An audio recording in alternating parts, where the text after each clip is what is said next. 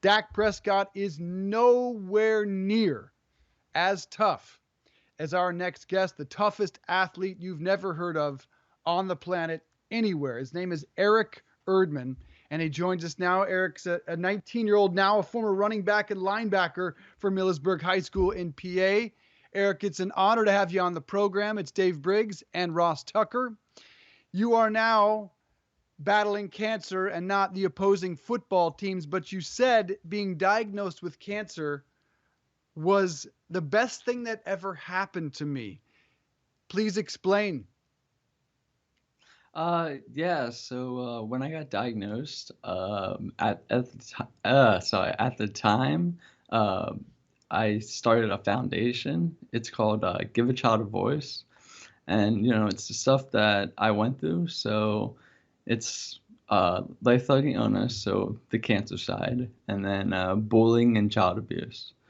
And also, my aunt went back to NASCAR, so she's actually the I believe she's she's like she's at the top elite range of NASCAR, which is really cool to see her going 180 miles around the track with the Give a Child a Voices logo.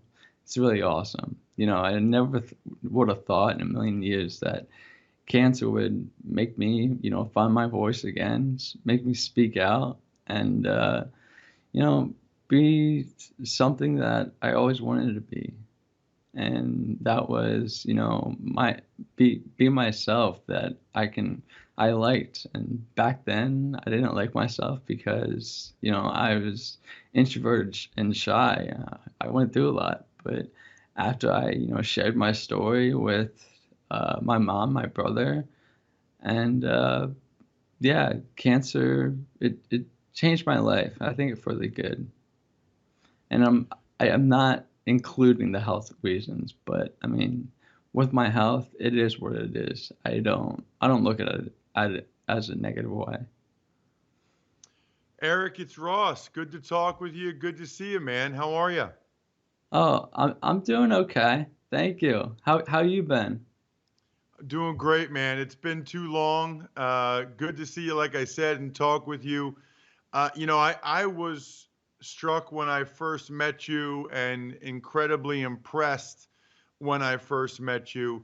For people that don't really understand your backstory and why the name of the foundation is Give a Child a Voice, can you explain what you went through before you were diagnosed with cancer? Yeah. So I'm gonna have to start from the way beginning. So, when I was born, I was a pound 15. And also had a twin brother. He passed away on the exact time I was born, well, on the exact time when I was born. And I had five major operations, the largest one being the reconstruction of my airway. So being 25 weeks early, being a preemie, you go through a lot. But, my life it always has been, with medical, always in and out of hospitals, just for, being so premature. And then, when I got to the age of 11, I never would have thought, but this is when I became a victim of bullying. And that this was, I was getting bullied in school. And back then it was rougher because, there's not stuff in place. There wasn't stuff in place that there is now. And I also at the same time, which is really unfortunate, I was a victim of child abuse, physical and mental. It was rough. It felt like I was basically on an island, not having anyone to talk to. And yeah, and what's insane about that, so the child abuse lasted for 3 years. And 3 years later, I started a foundation. It's called Give a Child a Voice. No, sorry, let me revert. So 3 years later, I got diagnosed with which was a grade 3 anaplastic ependymoma brain tumor. So this it's a form of brain cancer, and 200 kids a year get diagnosed, and only 52 adolescents a year get diagnosed. So I was in that adolescence range. So the adolescence range for cancer is 14 to 19, and I was 16 at the time. And at the same time of getting diagnosed, which was crazy to wrap my head around, my aunt actually started a GoFundMe. So this GoFundMe raised about 64,000 in 13 days, which is a lot. I mean, I couldn't believe it. And what the GoFundMe was so I was going out of state and going to get radiation. But the hospital that I was going to, it wasn't like Hershey Hospital in Pennsylvania or St. Jude in Memphis, Tennessee. It was like you had to pay out of pocket for getting radiation. And so we used about, I would say, a lot of the money. And I was trying to think of the math, but I couldn't do it. So we had about 29,500 left over.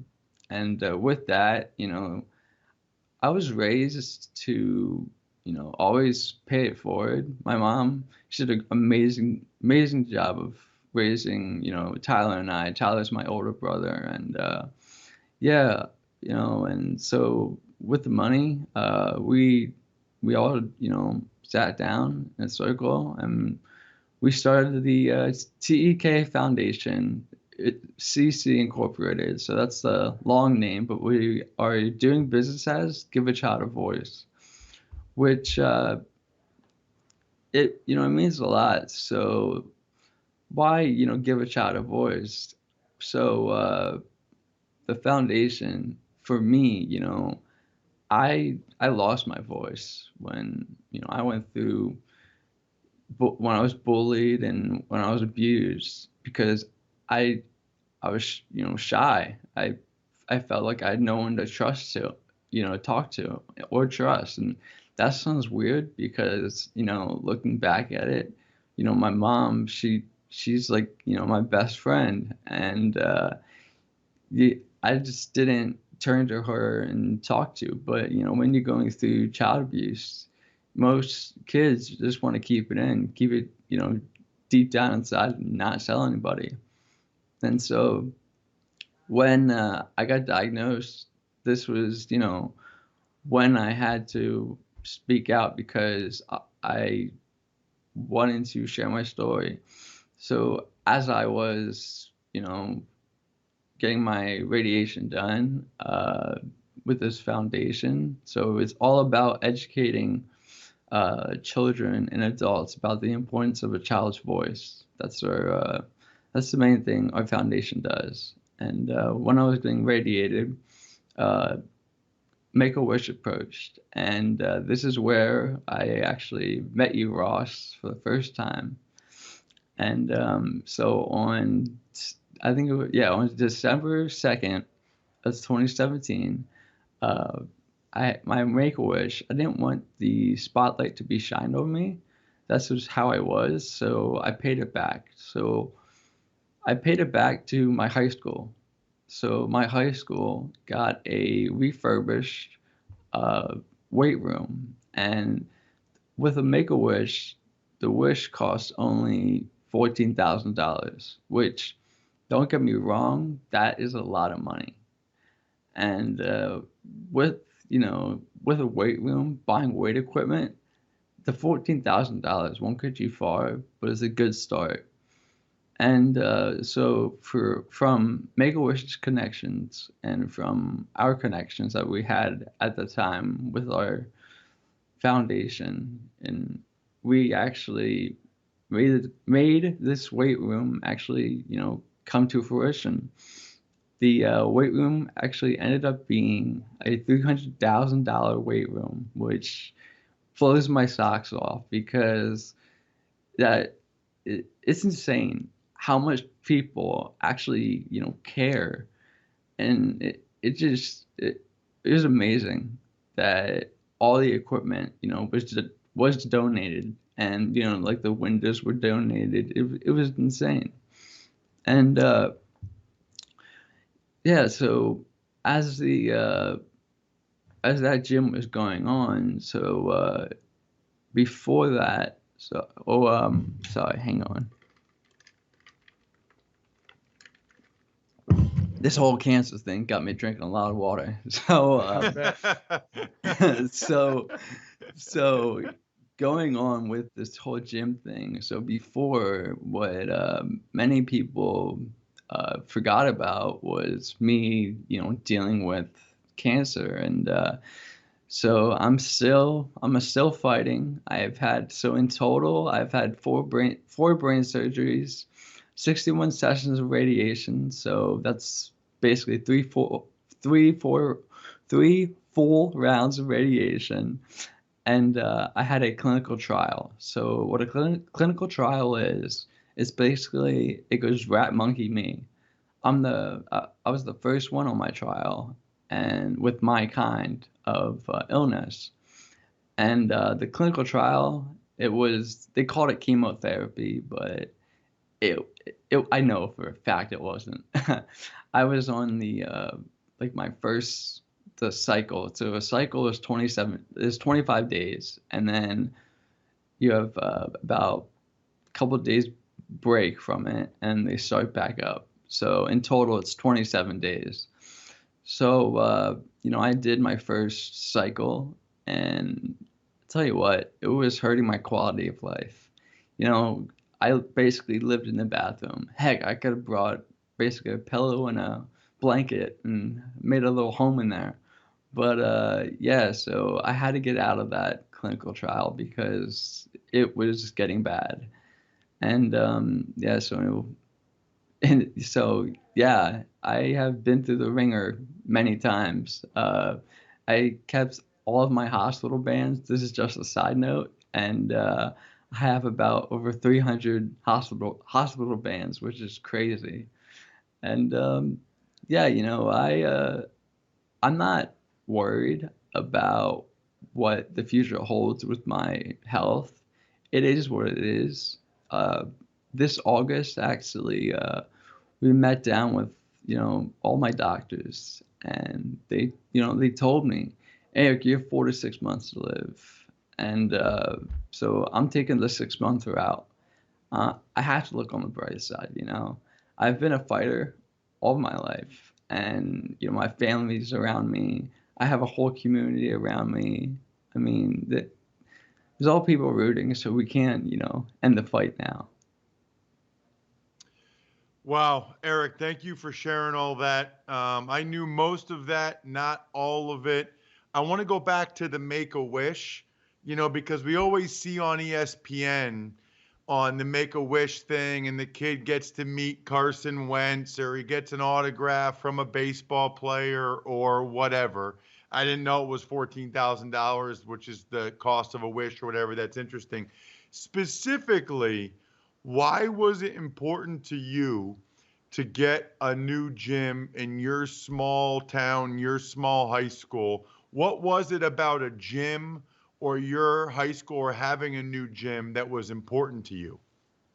So with the gym thing, which was crazy, but so as I was, getting abused, getting bullied, what I found that, you know, gave me courage and building up to give me, my voice was being in that weight room. People go for runs, people read to relieve stress. My stress reliever, my out basically was going to the gym. And, so I just hope that, with these weight rooms, so we'll already have, two in place. I just hope, a little kid could, find courage like I did through, lifting weights. So with the Make-A-Wish, with the whole gym idea, that's basically, why the gym idea is, because that's how I found my voice. And I just hope, more kids find it that way. And just as amazing is the fact that you, instead of choosing to meet a famous athlete or coach, not just you do the gym, but you then wanted to do a gym for your rival high school, not just your own. Why? I felt, it was necessary. You know, many schools around where I live, the weights they're terrible. They're rotted out. There's old iron ones, and they're all rusted. And I just felt, so all the communities in my community have helped so much. They contributed so much money to the foundation, and I just wanted to pay it back to Halifax in Pennsylvania to help, help, uh, possibly help, children to have a voice and hopefully, speak out. And I know people say that, oh my God, why was it your rival? I wasn't thinking at the time about rival. I was just thinking about doing the right thing. Eric, what can people do now? I know I was at, I believe the first unveiling and had a chance to speak there, and it was incredible. That weight room was awesome that Millersburg now has behind the basketball court. What can people do now? Why are you on our show? What can we help spread the word on at this point? So, which is what is really crazy. So, we just launched our nationwide gym giveaway, and we are trying to raise $300,000. And with the 300,000, it's obviously going to you know redo some schools' weight room. And right now, schools, if you're seeing this, please get your submissions in, because the deadline is approaching fast. Our deadline for submissions is I believe it's January. Yeah, it's in January. So some schools don't have much time. So yeah, so that's our main thing right now that we did, is we launched our national gym giveaway. And actually, which was really cool, was I was in California. I know I'm kind of going off the beaten path, but I was in California. I was in LA. The main reason why we were there, not for really vacation, was there's a gym, and it was going basically, like, I was about to close the doors because the property was, going to get sold. So we went there and we got some nice weight equipment for, a it's a really good price. And I was just blown away that, like, people were so amazing. And, this next gym, and I just want it to be like, a gym you haven't seen before. Each Give a Child a Voice gym, if you see, it's volume 1, volume 2, and then this will be volume 3. We made them volumes because it's like a book, each chapter. So, I like to say, life, it's like life is like a bookshelf, in my opinion. So each book, there's some big, there's some small. Each year, you get a blank 365 pages to rewrite, your story for that year. And there's some books that are big, and there's some books that are small. But in life, you have some people living, long time, like a big book, or like me, you have a small book where they give you, your end date basically. And I don't I don't measure success in how long you live. I measure in, what when you have, when you're on this earth, what are you, gonna do to pay it forward and try to help people. All right, buddy. We wish you nothing but the best. Eric Erdman. And just a reminder, the website is giveachildavoice.us. You can nominate a school. You can make a donation. You are an inspiration to all of us, Eric. And we thank you for your time today, my friend. All right. Thank you so much, guys. I'm so glad that I finally came on. You guys' podcast is amazing. I actually, yeah, as Ross said, I used to play football. I played up until, my sophomore year. Then my junior year, I got diagnosed with, my cancer. And, some place to go and just, kick back, relax, and hear some great talking about about football. It's amazing to me. Thank you so much. No, thank you. Thanks, Eric. Yeah. For what you're doing and for the time today, and really just for what you are doing, Eric. Thank you. Ross, I don't even know what to say. I can't imagine the courage. I can't imagine the unselfishness. I'm without words, unfortunately, for both. Yeah. So my reaction is twofold. One is he actually makes me feel like I should be better. I was going to say he makes me feel bad. That's not true. He makes me feel like I should strive to be better in my life in every way. And he is one of the most impressive people I've ever met. And I've been on a bunch of NFL teams, and I know Brady and all these guys.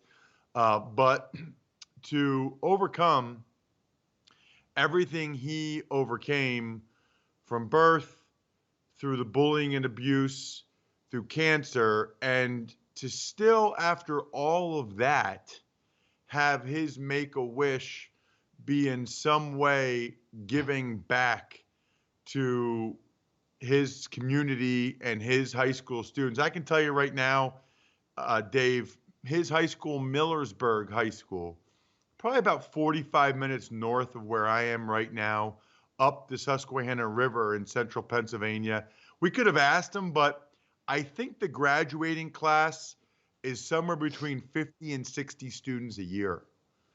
It is that small. They are a single A in every sport. I mean, it's as small as it gets. In fact, starting next year, I know they're going to actually co-op with another school in the area so that they can continue to field a football program, because they've been playing recently with between 15 and 22 kids on a high school football team. But they're very tough people up there. They're very genuine people up there.